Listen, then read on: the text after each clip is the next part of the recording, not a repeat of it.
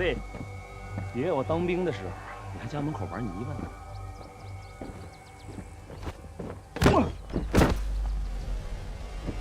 还有劲儿吗？这。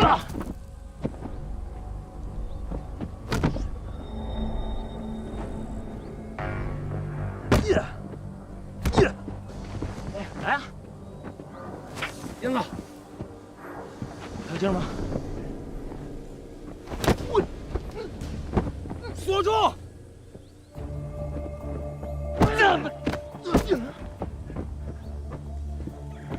行啊！呀，就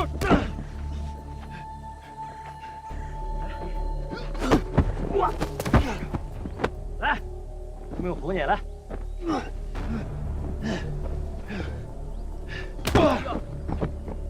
叶佩云，挺住！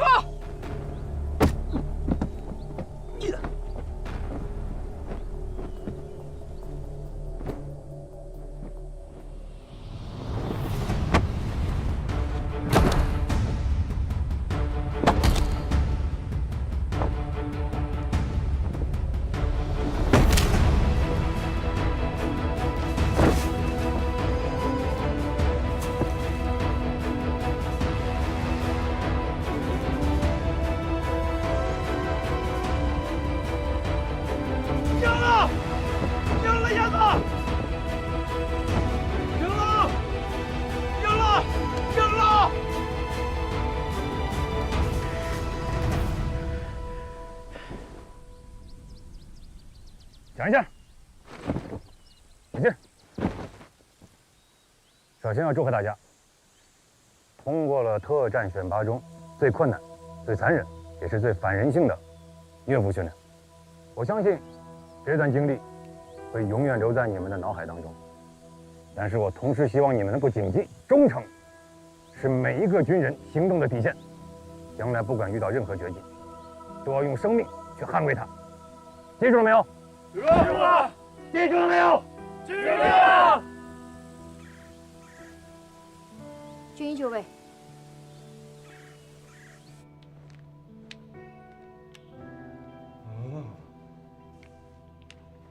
啊，疼！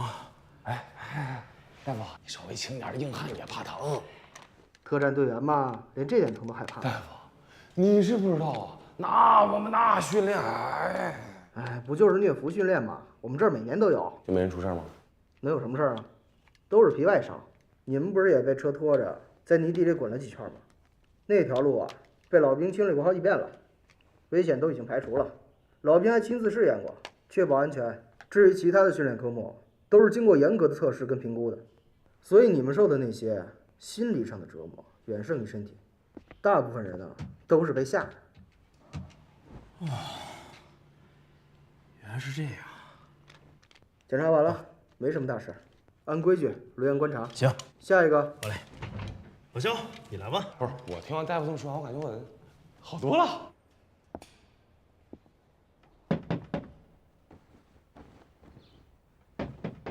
请进。笑笑，哎，冷队，快躺下，快躺下，别起来。您怎么来了？身体怎么样了？都挺好的，休息几天就没事了。您坐呀，冷队，您坐。哎，笑笑，虽然你现在身体还没康复，但我还是要提醒你，在猎豹，女兵要比男兵更加努力，甚至承受更多的痛苦，才能占有一席之地。尤其边境战斗小组会更加凸显。我不怕，我相信自己可以克服所有问题。男兵虽刚，但我们女兵刚柔并济。我对自己有信心。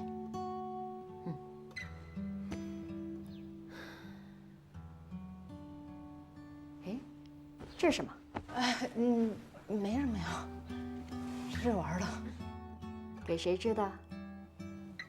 没谁，闲着无聊吃着玩的。行了行了，不问你了。好好检查啊！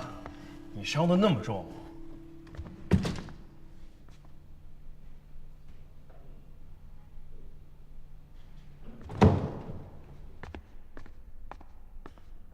没想到吧，还能见着。检查完了，刚检查完，挺好。我准备回去了。你有什么话要带给班长吗？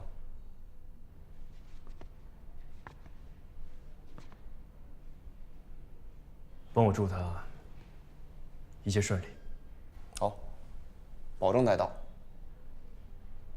我也有几句话想留给你。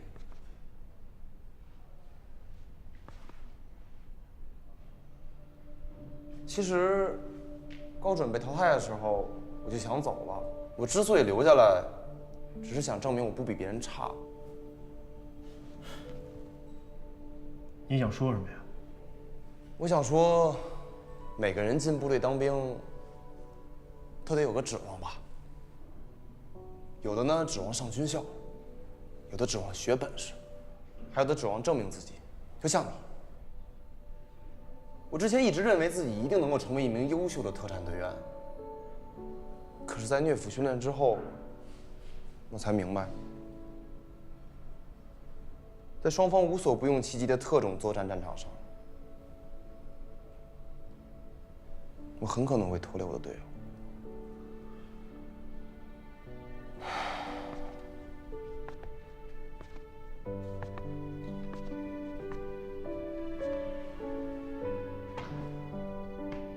我呢，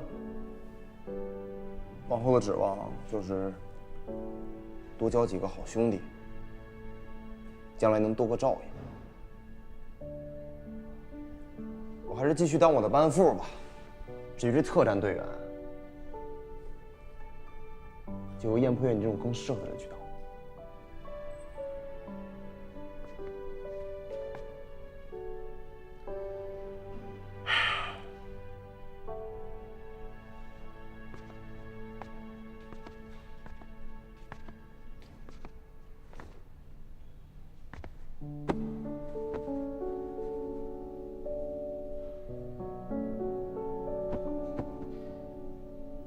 没事。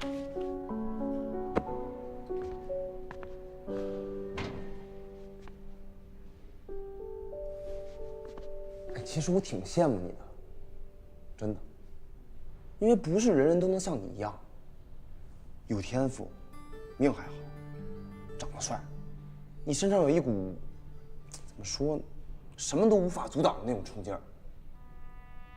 我相信你，你以后一定能够成为一个最强的兵。这点我绝对不会看错的。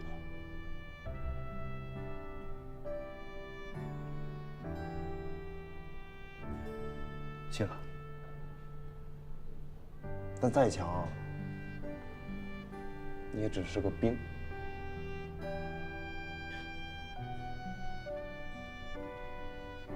我就想当个兵，能管好自己就行。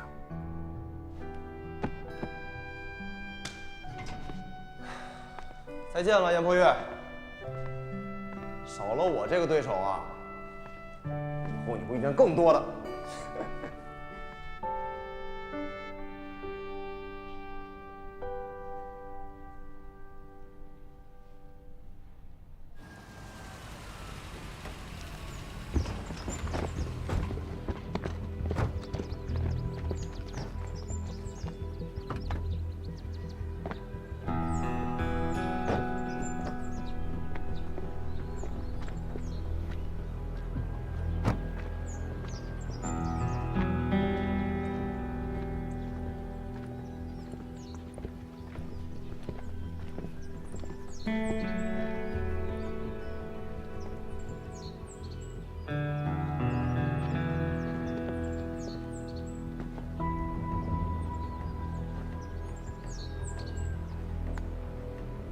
卢等，传老大约坤坝吃饭，只能上去3个。干嘛？今天你呀，咱们3个上去。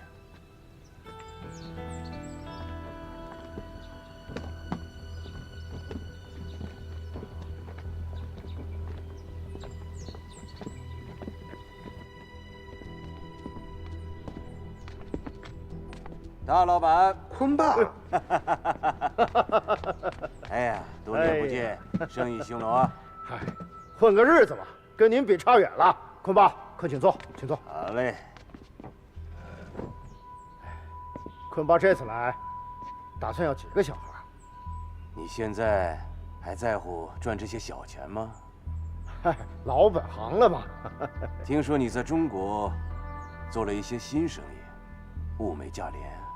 先生，您是做边境的，我是销往内地的，咱们之间不冲突的嘛。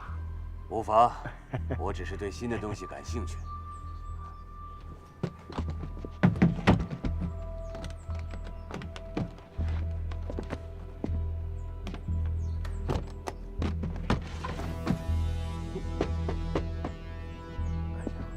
坤爸，您做生意啊，有买有卖。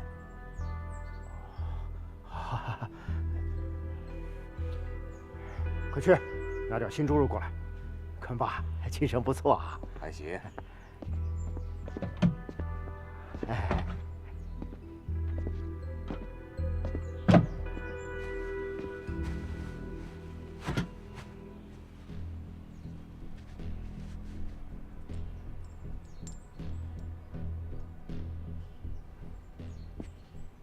好东西。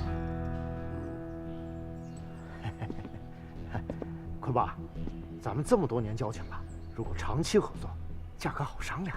自然是要长期合作的。快去给先生备货。不必了。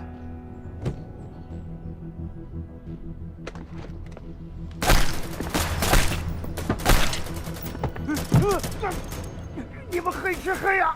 谁让你手伸这么长？现在有人花大钱铺路，内地这块肉，你也敢抢？坤爸，咱们这么多年交情，放我一马，我所有东西都给你。我想要什么，还需要你给吗？阿爸，东西和人都找到了。新型的病毒是你研制的，很好。没用了。坤爸，别走啊！坤爸，你放过了我吧！坤爸，我求你了！坤爸，回来！坤爸，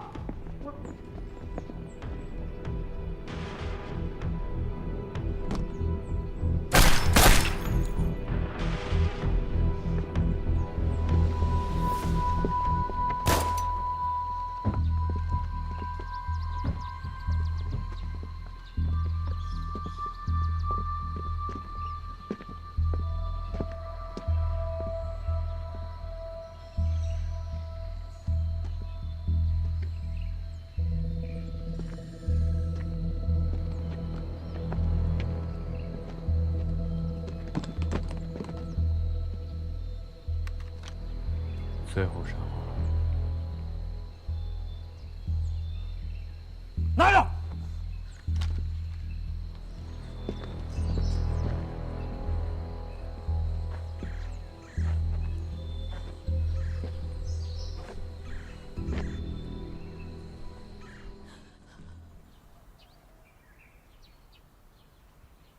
向右转，齐步走。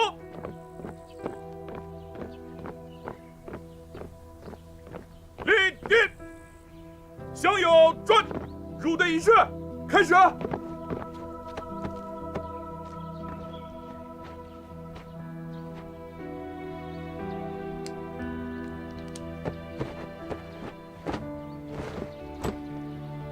敬礼，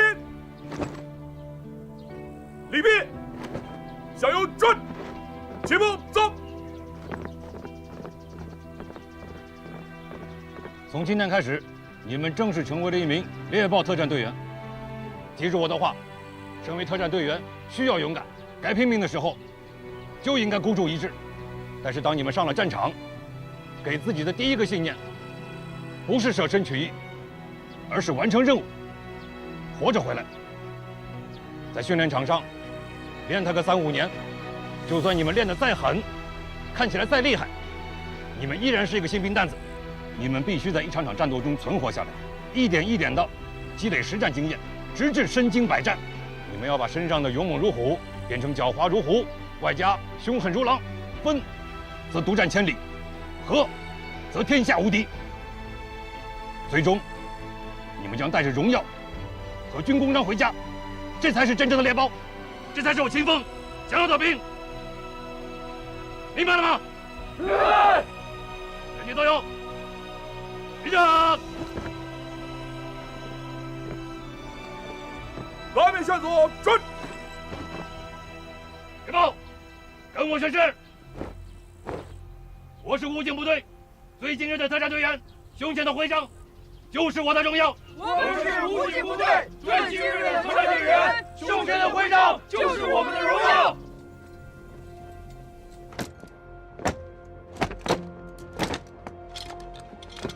我们在鲜为人知的大山中磨砺自己的杀敌技术。也许我们一生都没有利剑出鞘、为国而战的机会。也许，直到我们脱下军装，也没有拿到一枚军功章。当人们问起我们当兵几年究竟有什么成绩时，我们会无言以对，因为在训练场上挥汗如雨，这是一个士兵的本分。在演习场上取得胜利，这只能说明我们训练的不错。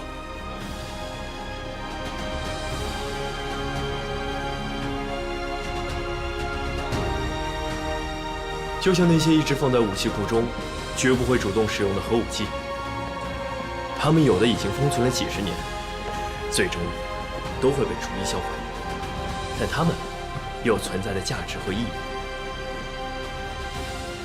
同样的，就是因为有了几百万共和国的守卫者，我们的祖国才迎来了最宝贵的和平与发展。我们可以断言，到了今时今日，再也没有哪个国家敢于轻易对中国延战。开上一艘战舰，对着中国打上几发炮弹，就能让中国屈膝的时代，已经一去不复返。在大厦将倾时，力挽狂澜是英雄。用自己无悔的青春，用训练场上的摸爬滚打，用演习时的胜利与成长，支撑起了共和国的脊梁，将危险和死亡拒之门外，让自己的亲人和朋友可在一片和平的沃土上平凡而幸福地活着，这更是英雄。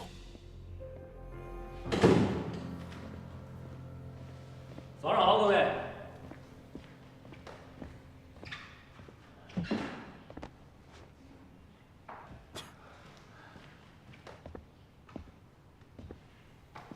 自我介绍一下自己，岳空。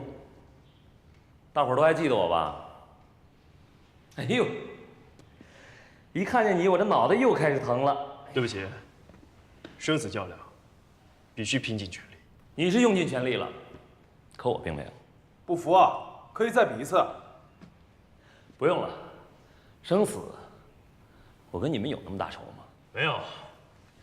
老炮欺负菜鸟，边境第一。老炮发过的誓，也是一诺千金。我就想知道，还算不算数了？输了，我以后都听你的，你让我干什么干什么。以后都听你的是吗？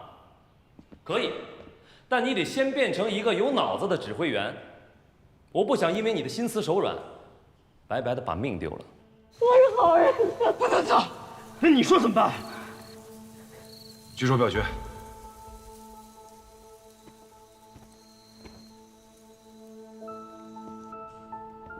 如果我们再次回到初次相遇的情景，你们在执行任务的时候遇到身份可疑的人，押解前进会妨碍执行任务，把他放走有可能会暴露目标，把他留在原地又有可能会危及生命，当场干掉太过于残忍。想一下，再给你们一次机会，你们会怎么做？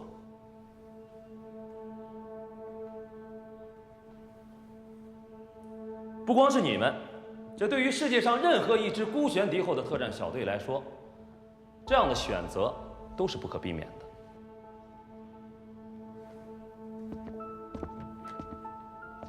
海豹突击队是世界上最负盛名的特种部队之一。这支部队行踪非常诡秘，成员不多，只有现役军人1600名左右，但每个战士都是精英中的精英。他们不光武力强悍、能力突出，而且智商过人。队员选拔的时候淘汰率高达70%多，而且训练的时候使用真枪实弹，所以有着很高的伤亡率。也正是因为这样，才造就了这支世界上最强悍的特种部队。你们在训练最后阶段的撤退任务，就是以海豹突击队著名的战例“红翼行动”来设计的。我这有些资料啊。2005年6月 ，A 国为了清除恐怖组织高级指挥官本·沙马赫等人，决定发起红翼行动。28日，行动正式开始。A 国派出海豹突击队4人小组渗透侦察敌情，途中遇到3名牧羊人，他们最后选择将牧羊人放掉，导致了自己的行踪泄露。几小时之后，150余名恐怖组织成员将他们4人包围。4人小组一边向基地求援，一边向附近的村庄撤退。由于所在地为山区，无线电信号很差，小组指挥官在阵亡前的一刻才将求救信号发出，最后只有1名队员生还。A 军基地在接到求救信号后，于当日傍晚派出直升机搭载16名海豹突击队成员前往进行救援。由于行动区连降暴雨，加之天色不好，大雨连绵，救援直升机被设伏的恐怖组织人员击落，机上所有人员全部阵亡。指挥部随后又派出大量的直升机和 A10攻击机，这才将那名生还的队员救出。随后几日，指挥部才断断续续地找到全部阵亡人员的尸体。近20名海豹突击队队员阵亡，红翼行动宣告失败。红翼行动的失败给全世界的军队留下了深刻的教训，但同时也为实施现代山地作战提供了诸多启示。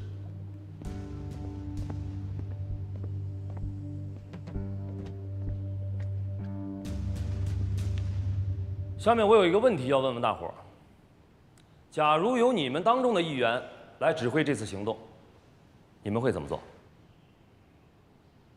想一想。报告。讲。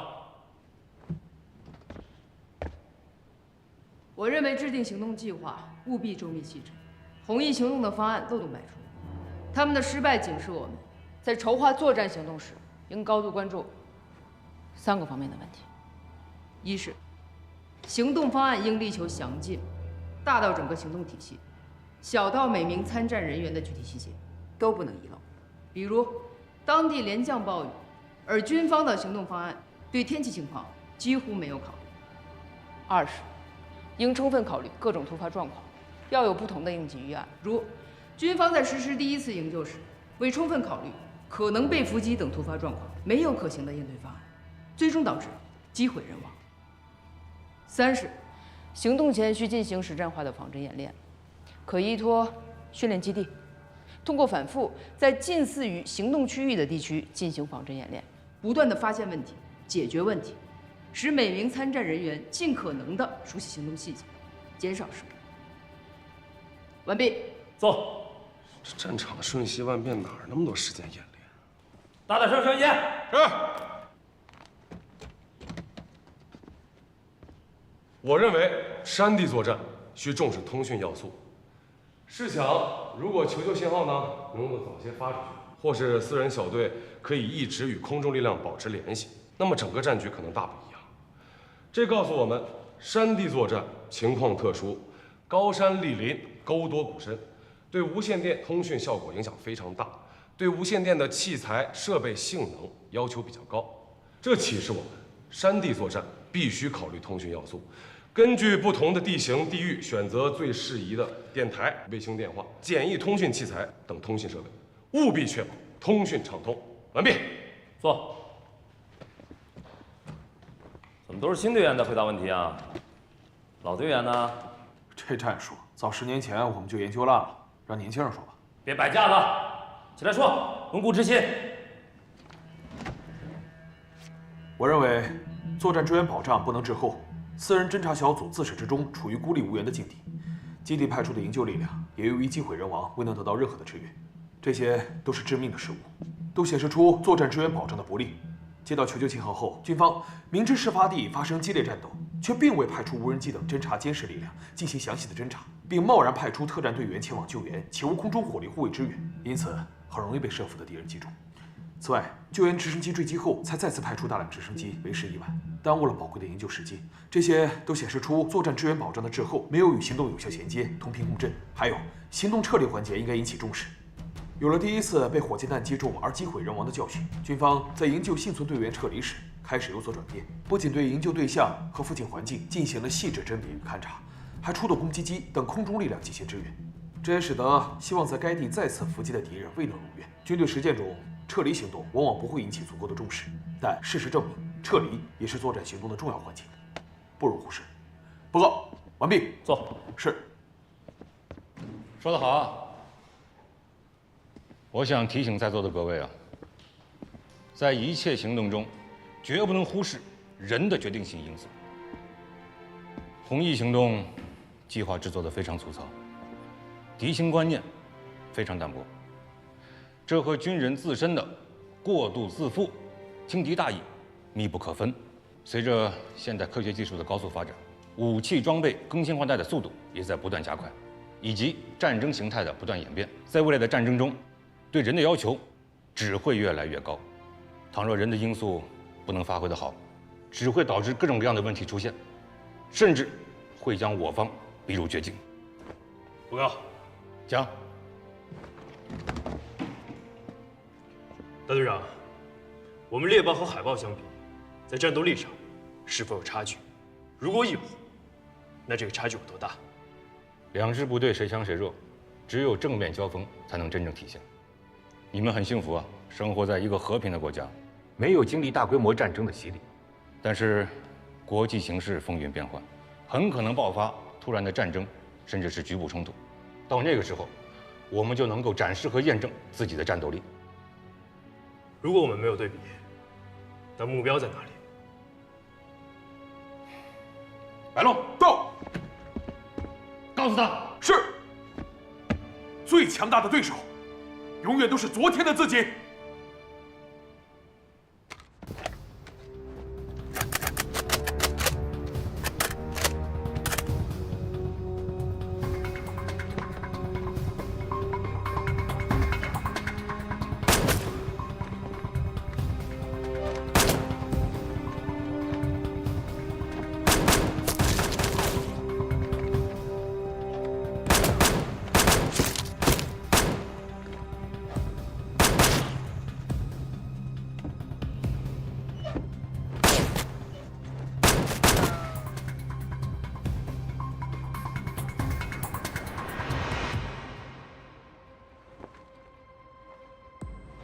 哎，老吕，说，待会儿再来一把。来一把可以，但是输我得认啊。我输了吗？误伤了人质，你说输没输？那就输了。哎，我问你啊，这么一直输下去，对你有什么好处？好处多了。哎，你等会儿，你等会儿。训练输啊，考核也输，1个多月过去了，你的成绩在干部里都快垫底了，你知道吗？怎么着？想发扬精神是吗？想让我们每个人都顺利的赢是吧？哎，自家人嘛，只要不是敌人，谁赢我都无所谓。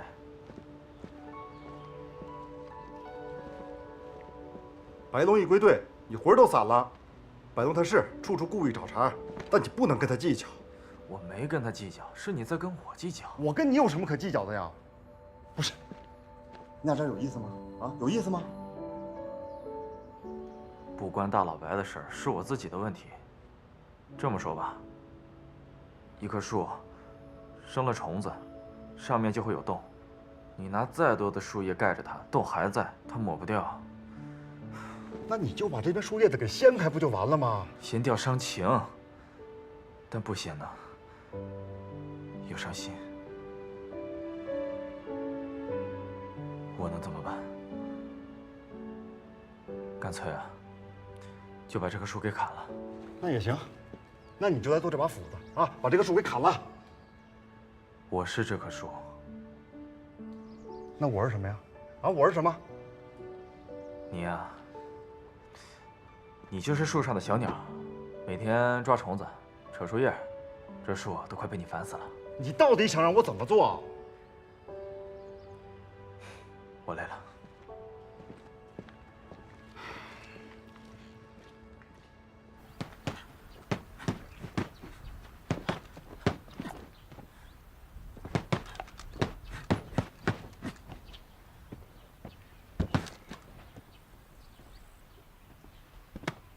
看什么？想和你请教。现在是战友了，混吧。你是怎么练成现在这样的？执行过任务吗？执行过。杀过人吗？杀过。想过死吗？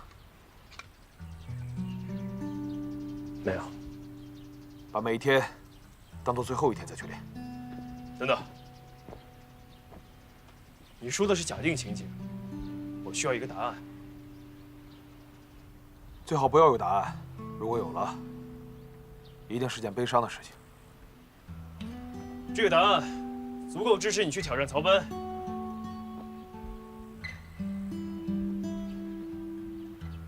它不是答案，是起因。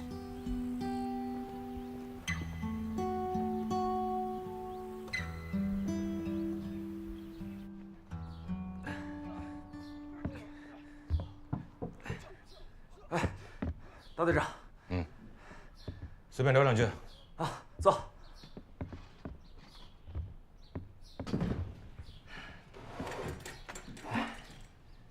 曹班啊，咱们认识多少年了6、7年差不多吧。7年6个月0时8天。呵，这么厉害呢？我对每个人每件事儿记得都很清楚。那太好了，我要有什么事儿忘了，我就直接问你了。那好啊，我要是有什么事想知道的话，我能问你吗？问。一个我曾经认为是很简单的人，现在变得复杂了，为什么？我，旅途是不是？哎，那小子说的话你就不要信。哎，当然，你信他还是信我？我希望你把你的笑容建立在快乐之上，而不是无奈。我没有无奈。是，他肯定跟你说过了。最近考核呢，我的成绩是不是很理想？但是我保证，我会及时调整的。你确定吗？确定。我不确定。我看过你的训练报告，大部分的训练科目完成的都非常不错，但是在一些关键节点上就出现了问题。后来我调取了你的训练录像，我发现，在关键节点的关键行动上，你的失误竟然毫无犹豫。这说明什么？这说明我确实是大意了。上次你行动的时候，连一个可疑的弹壳你都没放过，这叫大意。是不是不用实弹你就不会开枪了？不是队长，这个我是老兵，但是老兵呢，他也是人，对不对？这个是人呢，就多多少少会有点失误，可以理解，可以理解。是人，就有人性，人性都是复杂的。你的这种毫无犹豫的失误，对于我来说不是大意，是故意。可队长，我真没故意。白龙回来了，我却要失去草奔，值得吗？不是队长，这事儿吧，他跟白楼没关系，就是我。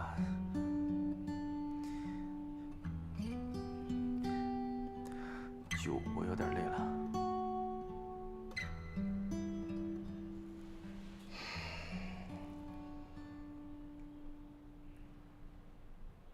要不要休个假？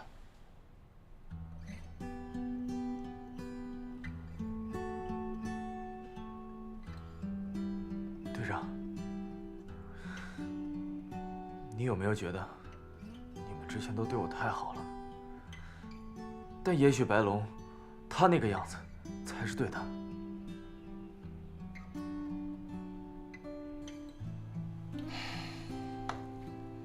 你的意思我明白了。在这件事情上，任何人都无法从你的角度去体会。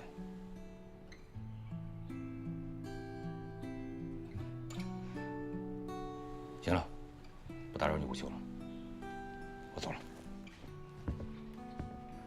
队长再见。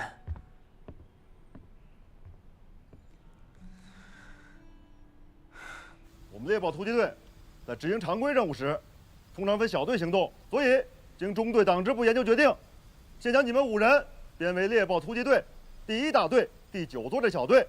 由于这个小队的编制啊，通常为8人，而你们呢只有5人，所以我特地为你们挑选了3名老队员加入到你们当中。马良到，爆破专家，曾经成功拆卸过上千件的爆炸物。穆青到。军医大学毕业的高材生啊，医学硕士，岳空到。这位不用多给你们介绍了吧？在此之前呢，你们已经打过多次交道，他也给你们整得够呛。岳空啊，也是我们猎豹突击队最资深的狙击手。报告。讲。那我负责什么？你是狙击观察员，你负责狙击观察，与岳空配合。怎么了？有问题吗？服从安排。我想想。到。出列。是。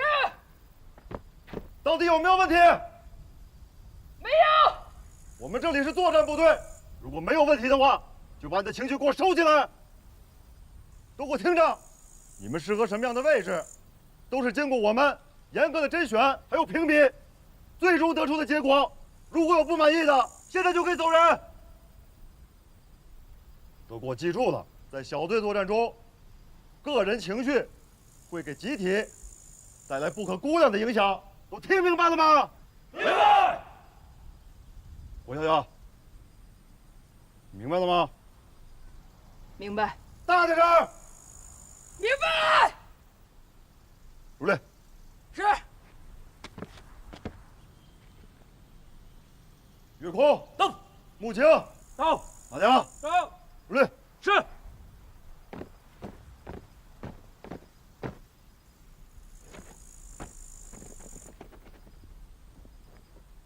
白东到。你担任小队队长。是。岳空到。